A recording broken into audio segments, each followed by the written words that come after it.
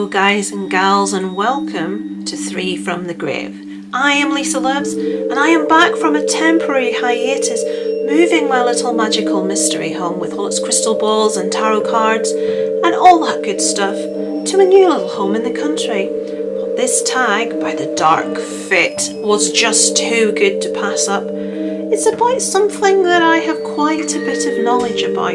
I do, in my spare time, talk to the other side, and as the resident person at 3 from the Grave who loves nothing more than a good tag, I'm here to give my answers to the Dark Fate. Let's get to it.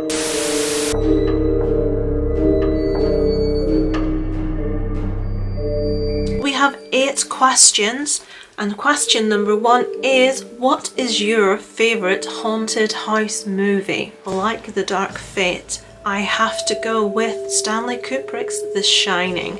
The film is just perfect. Jack Torrance is one of the most incredible movie characters to ever be created. It's up there right at the top of my favourite movies of all time. So I'm sorry, Dark Fate, and I hope you will forgive me. I have to give the same answer for number 1. Number 2, what is your favourite ghost story horror film?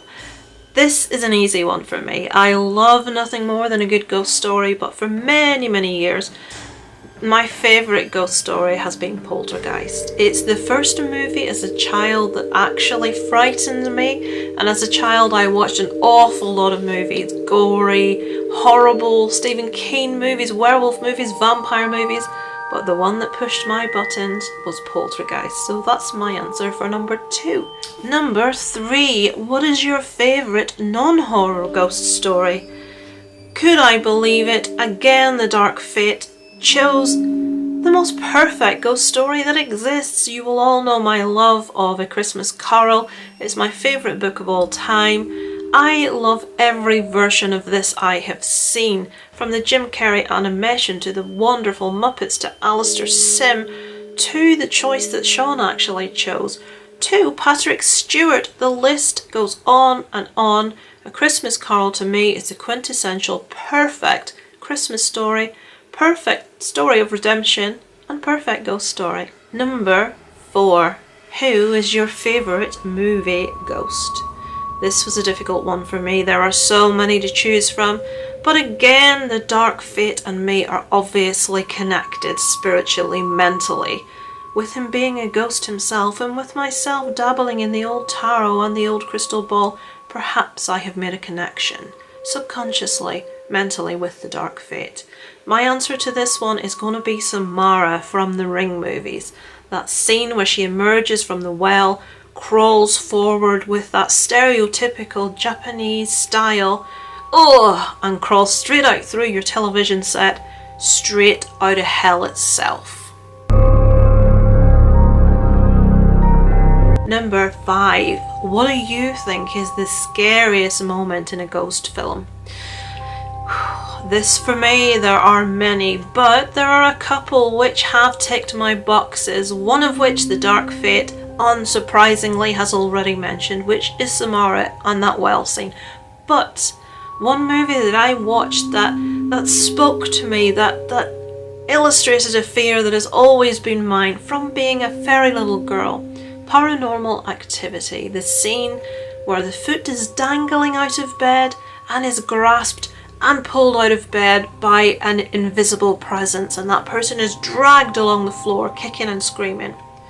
When you're too warm, you throw off the covers. When you're too cold, you pull them up to your neck. When you're in between, a little foot out of the bed is just perfect. But there's always that fear of under the bed crocodiles, or perhaps ghosts or unseen presences trailing you out of that bed and awaking you from your blissful slumber. So Paranormal Activity tapped into that little fear of mine. So for that, it's one of my scariest moments in a ghost movie. Number 6. Which ghost movie has the spookiest atmosphere? This is a very little known movie. It is one that I was made aware of by watching a television show many years ago. This movie is called Whistle and I'll Come to You. It is a very old British movie, black and white, And the happenings in the movie itself is very slow, but it has the spookiest, eeriest atmosphere. And the culmination of this movie and how it ended just really, it had me spooked. It just had an atmosphere that I haven't seen in any other movie. This movie is a 1968 movie. It is very, very difficult to get your hands on, but if you can, I would recommend you give Whistle and I'll Come to You a chance. Number 7. What is your favourite possession horror film?